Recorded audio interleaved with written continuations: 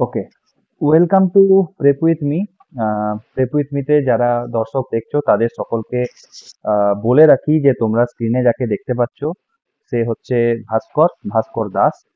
তো এবারের 2022-এর যে আমাদের পিএসসি যেই বেরিয়েছিল, তো সেখানে সে সিলেক্টেড ক্যান্ডিডেট।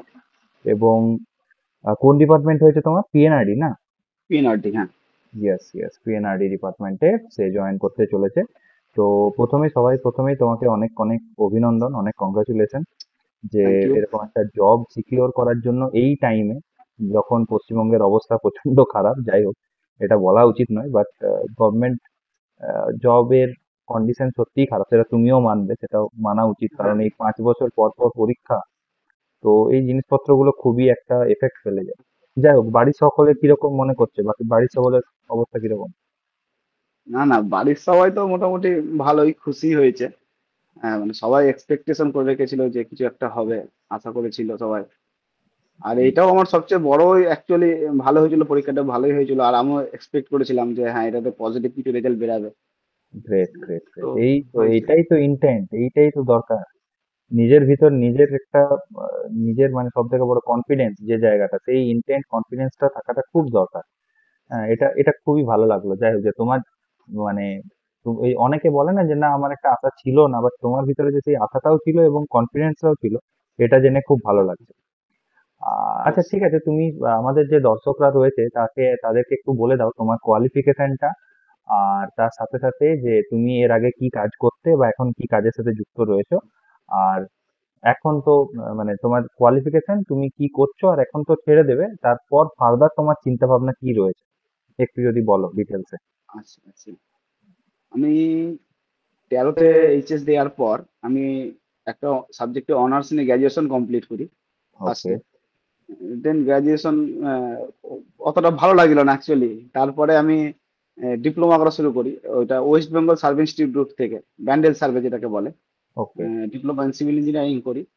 তারপরে ওই 2000, তখন সে একটু লকডাউন পিরিয়ডটা শুরু হয়েছিল। যাই হোক, তাও 2020 সালে আমি একটা কাজ পেয়েছিলাম কলকাতা মিউনিসিপ্যালিটির WS26B প্রজেক্ট, মানে ওয়াটার সাপ্লাই প্রজেক্টে একটা কাজে ঢুকি। ওখান ওকে। থেকে আমি এই জুলাইয়ে 2022-23 এরকম, 2022-এর জুলাই কাজটা আমি ছেড়ে দিই। কারণ তখন আমার পিএসসির নোটিফিকেশন বেরিয়ে গেছিল। আর আচ্ছা। আমি মোটামুটি বাড়িতে ওই কাজের মধ্যে একটু প্রিপারেশন করতাম, কেএমসি পরীক্ষা দিচ্ছিলাম টুকটাক। হুম। তখন তো সেরকম হয়নি, এবার কিছু কিছু জায়গায় সাকসেস পাচ্ছিলাম, মানে পাস হচ্ছিল, ইন্টারভিউ হয়নি তারপরে, বা পাস হচ্ছিল না কিছু নাম্বারের জন্য, তো খারাপ লাগছিল। দিয়ে তখন আমি ডিসিশন নিলাম যে এবার চাকরিটা ছেড়ে দিই। প্রিপারেশনটা একটুখানি মানে ঘরে বসে দরকার, ভালো প্রিপারেশন দরকার। ওকে। দিয়ে আমি প্রিপারেশন ছেড়ে দিই। দিয়ে মানে পড়া শুরু করি। এমনি সেলফ স্টাডি করি, আমি কোনো ইনস্টিটিউটে সেরকমভাবে ভর্তি হইনি। হুম হুম হুম। হ্যাঁ, ঠিক আছে। লাস্টের দিকে পিএসসির আগে একটাতে ভর্তি হয়েছিলাম কিছু দিনের জন্য, কিছু মাসের জন্য। আচ্ছা। আর দেন আমার বিটেকও করতে থাকি, তার সাথে যখন কাজ করি তার সাথে সাথে বিটেকও করতে থাকি ওকে। কমপ্লিট। আর তারপরে আমি পিএসসি দেওয়ার পরে বর্তমানে যেখানে আছি ওটা হলো আমাদের পিএইচই জল জীবন মিশন যে প্রজেক্টটা চলছে, হুম হুম হুম। ওইখানে as a QC and QA engineer হিসেবে কাজ করছি। আচ্ছা আচ্ছা, কন্ট্রাক্টর আন্ডারে আছে তাহলে? হ্যাঁ হ্যাঁ, না কন্ট্রাকচুয়ালি না, এটা অ্যাকচুয়ালি একটা কোম্পানির আন্ডারে এই কাজটা হয়, এটা ডাইরেক্ট না। হ্যাঁ, ওই ওটাই বলছি, ওয়েবেলের না এটা। কন্ট্রাক্টরের। হ্যাঁ, বুঝতে হ্যাঁ পেরেছি, হ্যাঁ মানে কন্ট্রাক্টরের হ্যাঁ আন্ডারে আর কি, কন্ট্রাক্টরের আন্ডারে তুমি সরকারি কাজগুলোকে দেখছো। হ্যাঁ হুম হ্যাঁ হ্যাঁ হ্যাঁ। হুম। বুঝেছি বুঝেছি, ওটাই বললাম। এবার তো যাই ফার্দার হোক, দেখি। এবারে তোমার ফিউচার থিঙ্কিং কি সেটাও তো আমাকে জানতে হবে। ফিউচার থিঙ্কিং কি, যে এখানেই থেমে যাওয়া? তুমি তো বিটেক কমপ্লিট করছো, না না না, তাহলে এখানে ফার্দার? অ্যাকচুয়ালি না, আমার ড্রিম জবই অ্যাকচুয়ালি অ্যাসিস্ট্যান্ট ইঞ্জিনিয়ার। ওকে ওকে। হ্যাঁ, ওটা মানে অ্যাকচুয়ালি ড্রিম জব, ওটাই আমার সবচেয়ে বেশি পছন্দের ছিল। যাই হোক, তখনও দেওয়ার সুযোগ হ্যাঁ, হয়নি। তো আশা অসুবিধা করি কি সামনে আছে? দেবো। অসুবিধা কি আছে, এখন একটা ব্যাকআপ হয়ে রইলো, তারপরে আরামসে হ্যাঁ প্রিপারেশন হ্যাঁ, নাও, চেষ্টা তারপরে করবো অবশ্যই। ব্যবস্থা করো। Great great. ওটা আচ্ছা, তো আচ্ছা, এখানে নেক্সট যে প্রশ্নটা তোমাকে আমি করব সেটা হচ্ছে যে আহ, ঠিক আছে, তুমি প্রিপারেশন নিয়েছো, আবার জব করেছো, আবার জব করছো, প্রিপারেশন নিচ্ছো, এই টাইম ফেজের ভিতরে তো অনেক ট্রানজিশন এসেছে, অনেকটাই চেঞ্জ নিজেকে করতে হয়েছে। তো এই পরিস্থিতিগুলোর সাথে তুমি নিজেকে কিভাবে খাপ খাইয়েছো? অ্যাকচুয়ালি মানে যখন কাজ করতাম আমি, এসে একটুখানি টুকটাক বাড়িতে পড়তে বসতাম রাতে। হ্যাঁ, মানে ওটা বললাম, আমার গোল মানে টার্গেট ছিল যে কিছু একটা অ্যাচিভ করতে হবে, মানে বাড়িতে ওরকম মানে না না, ছিল, ইচ্ছা টুকটাক ছিল। টুকটাক পড়াশোনা করে পিএইচডি যেই পাওয়া যায় না, ওটা ফালতু না না কথা। টুকটাক না, ওই তখন তো প্রথম থেকে পড়াশোনা করেছিলাম। হ্যাঁ, মানে আহ, কন্টিনিউশনটা রেখেছিলে সেটা বলো, যে হ্যাঁ হ্যাঁ টুকটাকটা হচ্ছে আমার কন্টিনিউয়াস। হ্যাঁ, না না ওইটা যখন জব করতাম তখন হতো যে জব ছাড়ার পর যেই 1 বছরটা বাড়িতে ছিলাম, মানে এই জুলাই থেকে, এই জুলাই পর্যন্ত, মানে জুলাই 2022 থেকে জুলাই 2023 পর্যন্ত, এই 1 বছরের ভালো প্রিপারেশন করেছিলাম, কঠিন প্রিপারেশন। আচ্ছা, আচ্ছা, এরপরে প্রশ্নটা হচ্ছে যে তুমি তো, তোমাকে তো আমরা চেষ্টা করেছি আমাদের তরফ থেকে ইন্টারভিউ গাইডেন্স যতটুকু দেওয়ার, তো হুম হুম। সেটাতে তোমার কিছু কি হেল্প হয়েছে না কিছুই হেল্প হয়নি? না না অবশ্যই অনেকটা হেল্প হয়েছে, অনেক হেল্প হয়েছে। অ্যাকচুয়ালি ঘটনাটা হয়েছে, আমি আহ, আপনি খুব ভালো বুঝিয়েছেন বা খুব ভালো গাইড করেছেন, ইন্টারভিউর দিন আমি খুব স্যাটিসফ্যাকশন হয়েছি সব রকম ভাবে। প্রিপেয়ারও সেরকম ভাবেই করে গেছিলাম, আপনার যেরকম করে গাইড করেছেন আমি খুব স্যাটিসফ্যাকশন আপনার ইন্টারভিউ গাইডেন্সের জন্য। ঠিক আছে, মানে সমস্ত রকম ভাবে ব্যাকআপ আর ছিল, তোমার কি এলে কেমন করে। ইন্টারভিউটা অনেক ভালো হয়েছিল, তাই তো? ইন্টারভিউটা অতটা জায়গা মতো আসেনি অ্যাকচুয়ালি। আমি আমার ফার্স্ট চয়েস যেহেতু পিডাব্লিউডি ছিল, তো আমি, হুম, যেমন আপনি বলেছিলেন রোড হাইওয়ে ভালো প্রিপেয়ার হতে হবে, হুম, পিডাব্লিউডি যেহেতু ফার্স্ট চয়েস আছে, এই হুম, জন্য আমি ফার্স্ট চয়েস ওইটা ছিল, ওই জন্য করেছি। আর এবছর টেন্টে খুব ইরিগেশন চলছিল, হুম, তো ইরিগেশনটাও আমি করেছি ভালো মতো। আর কারেন্টলি আমি যেহেতু পিএইচির একটা প্রজেক্টে কাজ করছি, তো সেই হিসাবে আমি ওয়াটার সাপ্লাইটাও বেশ দেখে গেছি। হুম, আর যদি ফেভারিট সাবজেক্টের কথা হয় সেই হিসাবে আমি কংক্রিটটাও করে গেছিলাম, মানে আমি এতগুলো ব্যাকআপ প্রিপারেশন নিয়ে গেছিলাম যে গ্রেট। যাতে আমার ইন্টারভিউটা ভালো হয়। এবার লাস্টের দিকে আমার ইন্টারভিউটা ছিল, তো তো অনেকের এক্সপিরিয়েন্স, মানে অনেক দিন সব, মানে মুখে শুনছি, আপনার কাছেও শুনছিলাম এক্সপিরিয়েন্স, যে কার কেমন কোশ্চেন করছে, তো আমি সেরকম সব রিলেটেড নোট টোট করে বেশ, মানে প্রিপেয়ার হয়ে গেছিলাম যে এই টাইপের কোশ্চেন আসতে পারে, মেন্টালি প্রিপেয়ার হয়ে গেছিলাম। কিন্তু ইন্টারভিউ গিয়ে পুরো মানে খেলা ঘুরে গেছিল, একদমই, পুরো একদম আনকমন কোশ্চেনের দিকে চলে এসেছিল। আচ্ছা, আচ্ছা, তারপর নিজেকে সামলালে কি করে? ওই যে সামলালাম, অ্যাকচুয়ালি ওই এসসি স্যারের বোর্ড ছিল, একটু ভয় লাগছিল। এসসি স্যার আমাকে ফার্স্ট কোশ্চেন যাওয়া মাত্র ওই কথাবার্তা ইন্টার দেওয়ার পরে স্যার আমাকে বললো, তুমি তো তাহলে অনেক বছরই কাজ করছো, অনেক কাজ শিখেছো, পড়াশোনা কেমন করেছো? হুম, বলার পর বলেছে কত পেয়েছো, দিয়ে আমি নাম্বারটা বললাম, স্যার বললো নাম্বারটা একটু কম হয়ে গেছে না, মানে 156 নাম্বার ছিল আমার। হুম, তো বললাম নাম্বার একটু কম হয়ে গেল না, তাই আমি হেসে বললাম স্যার এটাই হয়েছে। মানে অ্যাকচুয়ালি আমি একটুখানি নর্মালি ভেতরটা আমার যাই হচ্ছিল না কেন, আমি উপর দিক থেকে কিন্তু দেখাচ্ছিলাম যে আমি কনফিডেন্স আছি, মুখে হাসিটাই ছিল সবসময় ছিল একদম, সেম একদম। ভাবে। হ্যাঁ, ভেতর থেকে খুবই নার্ভাস হয়ে গেছিলাম। তারপরে স্যার যখন বললেন যে পিএইচডি তে এখন যখন কাজ করছো, ফার্স্ট কোশ্চেন উনি থ্রো করেছিল একখানা, যে যদি একটা ওভারহেড ট্যাঙ্ক ভেঙে যায় হুম, তাহলে সেখান থেকে জল সাপ্লাই করবে কি করে। আচ্ছা, ফার্স্ট কোশ্চেন উনি ওটাই করে। হ্যাঁ, ওইখান থেকে শুরু হয় ইন্টারভিউ। দেন আমি স্যারকে বলি যে স্যার যদি ওটা সার্ভিসিবিলিটির মধ্যে থাকে তাহলে আমরা যেটা করি নর্মালি গ্রাউটিং করি। হুম, হুম, তো বললো না না ওরকম না, পুরো ভাঙা ট্যাঙ্কি, তো তুমি বলো কি করে তাহলে করবে। তো আর ইনস্ট্যান্ট, আমি তো ওরকম কোনো নলেজও নেই, আমি ইনস্ট্যান্ট জাস্ট বলে দিলাম স্যার তাহলে ডাইরেক্ট পাম্পিংই করা যেতে পারে, এটাই একমাত্র আমার মনে পড়ছে বর্তমানে। হুম, হুম, স্যার বললেন আর কিছু, আমি বললাম না স্যার বর্তমানে আর কিছু মনে পড়ছে না। হুম, তাই ওইখান থেকে না, ওই আপনি বারণ করেছিলেন যেন কোনো এক্সট্রা কথা না বলি, আমি তার হ্যাঁ। মধ্যে না একটা কথা বলে দিয়েছিলাম, ওই সেন্ট্রিফিউগাল পাম্পের কথা বলে দিয়েছিলাম দুঃখ করে। দিয়ে বলেছে, মানে নিজেই নিজেকে ফাঁসিয়েছে ওখানে।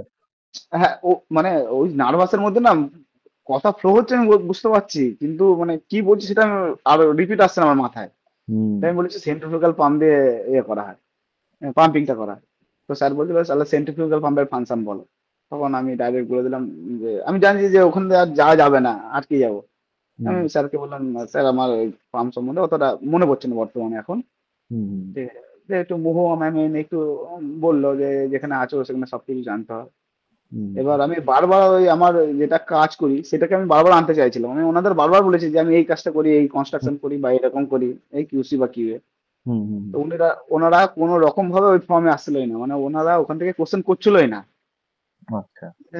না, তারপরে অ্যাকচুয়ালি ওরা এরকমও হয় অনেক সময়, যে ওরা বুঝতে পারে যে তোমাকে ওখান থেকে প্রশ্ন করলে ওরা, তুমি অ্যান্সার দিতে পারবে, ইউ আর কনফিডেন্ট এনাফ, তখন ওরা কি করে যে ওই জায়গাটাকে পুশ করে, যে ওই জায়গাটা যাতে না যায় এমন কিছু প্রশ্ন করি, যে দেখি যে ওই জায়গাটার বাইরেও ছেলেটার নলেজ আছে কিনা। এরকম প্রবলেম আমার সাথেও হয়েছিল 2018-র ইন্টারভিউতে।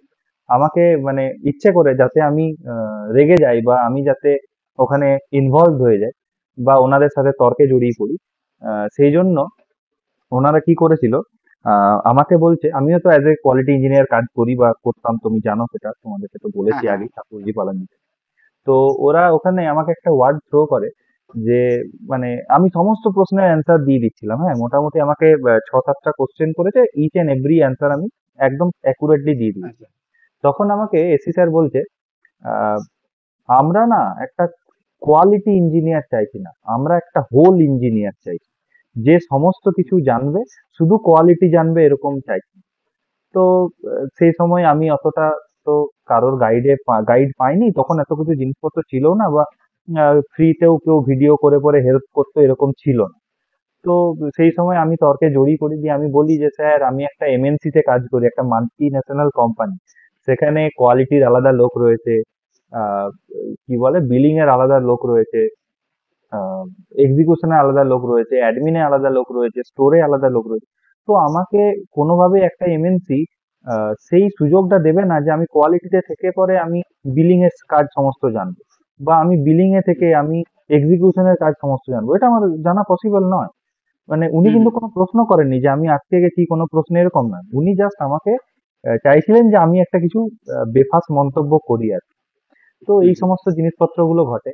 এই সমস্ত জিনিসপত্র ঘটার পরে ওরা ইচ্ছে করে আমাকে, তুমি ভাবো, ইচ্ছে করে, আমি একটা কোয়ালিটির ছেলে, আমাকে হুম ইচ্ছে করে ওরা বলে যে তুমি আমাকে একটা রেট অ্যানালিসিস করে দেখাও, রেট অ্যানালিসিস অফ সিমেন্ট দিচ্ছি তোমাকে, বালি দিচ্ছি, দিয়ে তুমি আমাকে রেট অ্যানালিসিস করে দেখাও যে পার এমকিউ কংক্রিট করতে কিরকম কি কস্ট আছে। তো সেই মুহূর্তে তখন আমি অনেক জুনিয়র ছিলাম, স্বাভাবিক, বুঝতে পারছো, আজ থেকে প্রায় 7 বছর আগে। হুম হুম তো স্বাভাবিকভাবে সেই জায়গাতে আমিও ঘাবড়ে যাই, ডাইরেক্ট বলি না। তখন ওরা আমাকে ডাইরেক্ট, ওখানে বুঝতেই পারছো এসি স্যারের কথা, ডাইরেক্ট হুম বলে দেয়, "ও, তোমার দ্বারা হবে না, তুমি তো শুধু কোয়ালিটি ইঞ্জিনিয়ার, তোমাকে আমরা নিয়ে কি করব।" তো ওনার কথাতেই তখন বুঝতে পারি যে আমার ইন্টারভিউ নাম্বারটা ইনি একদম কমিয়ে দিলেন। তো ওই জায়গাতে আমার ওই ভুলটা করা উচিত ছিল না। যাই হোক, বাকি তোমার ভুলটাও একটা জায়গাতে ছিল, বাট তুমি হয়তো কোথাও নিজেকে সামলেছো, তুমি হয়তো সেটা বুঝতে পারছো না। হুম হ্যাঁ, তো প্রত্যেক দর্শককে এটাই বলবো যে যারা ফার্দার ইন্টারভিউতে যাবে বা ইন্টারভিউ দেবে কোনো জায়গাতে, তো আমাদের এই যে তোমার ভাস্কর দাদা যে ভুলটা করেছে, বা আমি যে ভুলটা করেছি, সেই ভুলগুলোকে তোমরা এড়িয়ে যাওয়ার চেষ্টা করো, যে ওখানে যে এক্সট্রা কথা না বলা, একদম পয়েন্ট টু পয়েন্ট অ্যান্সার করা, এবং কোনোভাবে স্যারদের সাথে তর্কে না জড়ানো, তাই তো? এই কথাগুলোই তোমাদেরকেও বলেছিলাম, এই কথাগুলোই মেনে চলতে হবে, আর কিছু নেই। আচ্ছা, যাই হোক হুম ভাস্কর, ঠিক আছে, আমরা তো অনেক কথাই বললাম, একদম লাস্টের পজিশনে আছি। লাস্ট প্রশ্ন হুম তোমাকে আমার, সবাইকেই করছি এটা, যে প্রচুর ছেলে রয়েছে যারা একদম নতুন, একদম মানে জাস্ট এই কলেজ থেকে পাস আউট হয়েছে, এবং তারা অ্যাসপিরেন্ট হিসেবে কাজ করছে বা অ্যাসপিরেন্ট হিসেবে পড়াশোনা শুরু করেছে। আবার কিছু আছে যারা আহ, প্রায় তাদের হয়ে গেল প্রায় 7 বছর 8 বছর কাজ হয়ে গেল, 10 বছরও অনেকে কাজ করেছে। তো তারাও পড়াশোনার সাথে যুক্ত রাখার চেষ্টা করছে। তো তাদেরকে তুমি কি মেসেজ দিতে চাও, কি বলতে চাও, তোমার কি মনে হয়, তাদেরকে কিভাবে মোটিভেট করতে চাও? মোটিভেট, লাইক আমি এটা বলতে চাইছি, মানে গোল যদি থাকে গভর্নমেন্ট জব করবোই, তাহলে এনি হাও করতেই হবে। এবার সকলের তো আর মানে পরিস্থিতি এক থাকে না যে একভাবে বাড়িতে বসে প্রিপারেশন করা যাবে। তো আমি প্রথম থেকে যেরকম ভাবে প্রিপারেশন করেছিলাম, যেটা হলো কাজটা করে আসার পরেও আর মানে কাজটা করে কমপ্লিট করে আসার পরেও বাড়িতে এসে একটুখানি পড়তে হবে, মানে একটুখানি না, ভালোই পড়তে হবে, রাতে প্রতিনিয়ত কনসিস্টেন্সির সঙ্গে 2-3 ঘন্টা করে যদি পড়া যায়, হুম, টেক্সট বুক পড়ার পর একটুখানি নোট নিজে তৈরি করে। হুম, হ্যাঁ, হুম, হুম, তারপরে তো ইউটিউব বলুন বা আপনাদের মাধ্যমে, সকলের মাধ্যমে, সকল টিচারদের মাধ্যমে যেই পরিমাণে হেল্প পাওয়া যাচ্ছে বর্তমানে, তো হুম। এখন আর, তো ওই জন্য কম্পিটিশন লেভেলও হাই হয়ে গেছে। একদম একদম প্রচুর হাই এবার হয়ে গেছে। হ্যাঁ, ওরকম ভাবে নোট তৈরি করে কনসিস্টেন্সি করতে হবে আর প্র্যাকটিস করতে হবে। কারণ এইটা জিনিসটা খুব ঘটছে, যেটা দেখতে পাচ্ছি যে আমি যদি আজকে মানে সয়েল পুরো পড়ে ফেলি 7 দিনের মধ্যে, পুরো যদি মানে গুলে খেয়ে নিই, তাও আমি যদি কংক্রিট বা আরসিসি তারপরে পড়ার পর সয়েল ধরি, তখন সয়েল ভুলে যাবো। হুম, তো ওই জিনিসটা হলো কি, কনসিস্টেন্সির সঙ্গে প্রতি উইকলি মানে দুটো দুটো করে সাবজেক্ট এরকম করে ঘুরিয়ে ঘুরিয়ে পড়তেই হবে, যাতে হুম। ভালো থাকে। আর আর কি বলবো, টেস্ট, এমসিকিউ কোশ্চেন প্র্যাকটিস এমন মানে করতে। মোটিভেট থাকতে হবে, তুমি এক কথায় বলতে চাইছো, অবশ্যই মোটিভেট অবশ্যই থাকতে হবে, অবশ্যই অবশ্যই পড়াশোনার গোলটাকে সাথে যুক্ত রাখতেই হবে। থাকতে হবে, পড়াশোনার সাথে যুক্ত থাকো, মোটিভেট থাকো, হেরে হুম গেলে হুম। চলবে না, তাই তো? দেখো ভাস্করও হ্যাঁ পেরেছে, একদম। তোমরাও পারবে, তাই তো? অবশ্যই ব্যাস, অবশ্যই। এটাই এটাই মেসেজ আর কি, আজকের এটাই মেসেজ, ভাস্করও পেরেছে, তোমরাও পারবে। হ্যাঁ হ্যাঁ হ্যাঁ, অবশ্যই। বলো, তুমি নিজের মুখেই বলো সেটা, ও শুনি, আচ্ছা, সবাইকে বলো। আচ্ছা, ভাস্করও পেরেছে, তোমরাও পারবে, সকলেই পড়বে। হ্যাঁ, অল দ্য বেস্ট সকলকে। ব্যাস ব্যাস, এই তো, এইভাবেই তো বলতে হবে, নিজের কনফিডেন্সটা বাকিদেরকেও একটু শেয়ার করো। অবশ্যই। গ্রেট। সবাইকে বেস্ট উইসেস ফিউচারের জন্য। ভালো করে প্রিপারেশন করো, পড়ো কনসিস্টেন্সির সঙ্গে। বেশি পড়াও লাগে না, অল্প আধটু পড়লেই হয়, কিন্তু কনসিস্টেন্সি থাকতে হবে, এটা হলো কথা। হ্যাঁ, না ওই বেশি পড়া লাগে না বলতে, একবার পড়লাম রবিবারে বই খুলেছি, তারপরের হ্যাঁ। রবিবারে আবার বই খুললাম, হ্যাঁ ওইটা না, তারপরের রবিবারে ব্যাস খেলা শেষ হয়ে যাবে ওখানে। না খেলা না শুরু হয়ে ওরকম না। ওই কনসিস্টেন্সি বললাম তো, মানে অনেক মানে আগে দাদা আমার সবচেয়ে বড় ভুল হয়েছে, আমি এর আগে যখন পড়তাম তখন অনেক বেশি পড়তাম, যেটুকুনি না দরকার তার চেয়ে অনেক বেশি দিয়ে তো। হুম, বেশি লোড নিলে তো এমনিই ভুলে যেতে হতো, ভুলে যেতাম। একদম একদম একদম। কিন্তু যেটুকুনি আমার যেই পরীক্ষাটা গোল থাকবে সেই পরীক্ষাটার জন্য সেইটুকুনি বেশ ভালো করে প্রিপারেশন করলে আই থিঙ্ক পাওয়া যেতে পারে। ঠিক, ঠিক আছে। অনেক ধন্যবাদ ভাস্করকে। Thank you. চলো ভাস্কর, গুড নাইট। হ্যাঁ, থ্যাংক ইউ তোমার সময় দেওয়ার জন্য। হ্যাঁ, গুড নাইট দাদা। আপনাকেও থ্যাংক ইউ, অনেক কেয়ার করার জন্য। ইন্টারভিউ আমি অনেক অনেক সুবিধা পেয়েছি, সিরিয়াসলি বলছি, অনেক সুবিধা পেয়েছি। যাই হোক, তোমার একটা জব হয়েছে, আমাদের কাছে এটাই খুব বড় একটা ব্যাপার, কারণ এটা একটা বিশাল ব্যাকআপ নিজের জন্য এই মুহূর্তে।